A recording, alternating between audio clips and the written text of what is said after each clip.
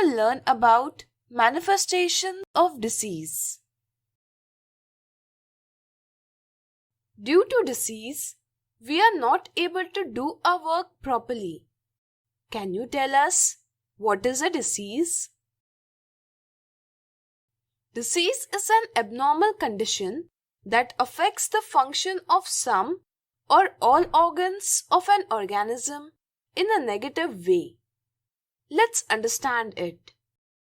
We know that different tissues in our body combine and form different organ systems. For example, in the digestive system, the stomach and intestine performs the function of digestion. Similarly, alveoli in respiratory system exchange gases. In this way, in each organ system, a specific organ performs a specific function. But when there is a disease in the body, then one or several organ systems are unable to perform their function. Changes are seen in those organs like headache, dizziness, cough, swelling, and many more. These changes are called symptoms. Suppose a person has a headache, then the doctor will know that he is suffering from a headache only when person will tell the doctor. Therefore, only patient can experience symptoms. The expression of symptoms of disease is called manifestation of disease.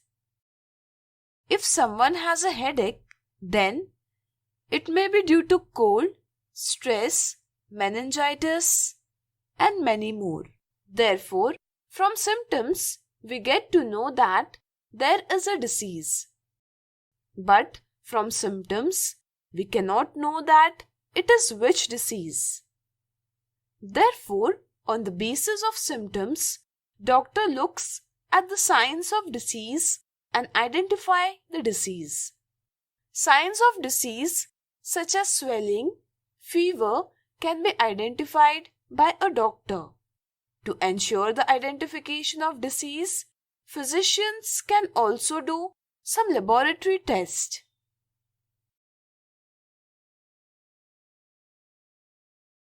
Now, let us understand the organ and tissue-specific manifestation in detail. We know that our body is much larger than that of microorganisms. Different microorganisms causing disease can enter the body by different modes and can live in the body. For example, bacteria that cause tuberculosis enters in the nose via air and grows inside lungs. And the bacteria that causes typhoid enters via mouth and grows in the intestine. Therefore, the microorganism will live or grow in which organ or tissue depends on from where the microorganism enters in the body. But this is not always the case. For example, HIV virus enters the body via sexual organs and grow inside white blood cells. Similarly, malaria-causing protozoa enters through mosquito bite and lives in the liver and after that grows inside red blood cells. If microorganisms live in lungs, that is, lungs are the target, then the symptoms will be cold, difficulty in breathing, cough, etc. Similarly, if the liver is the target, then the symptom will be jaundice. When the target is the brain, then the symptom will be headache, dizziness, unconsciousness. Therefore, sign and symptoms of disease will depend on the organ or tissue which the microbe targets. That's why, on the basis of signs and symptoms, we can know which tissue is the target.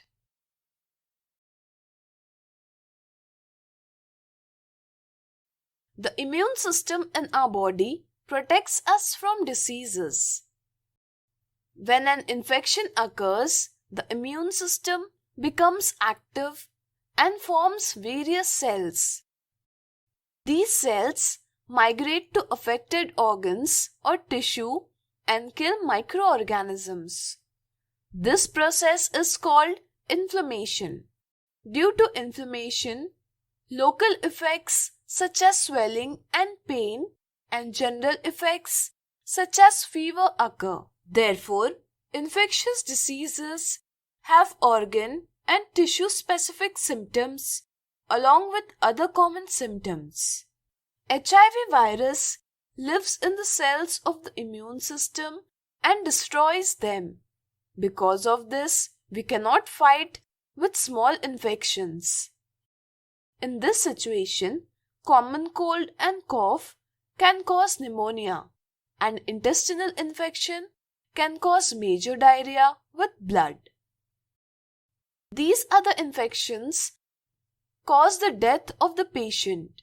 In this way, in some diseases, tissue specificity of infection shows very general effects.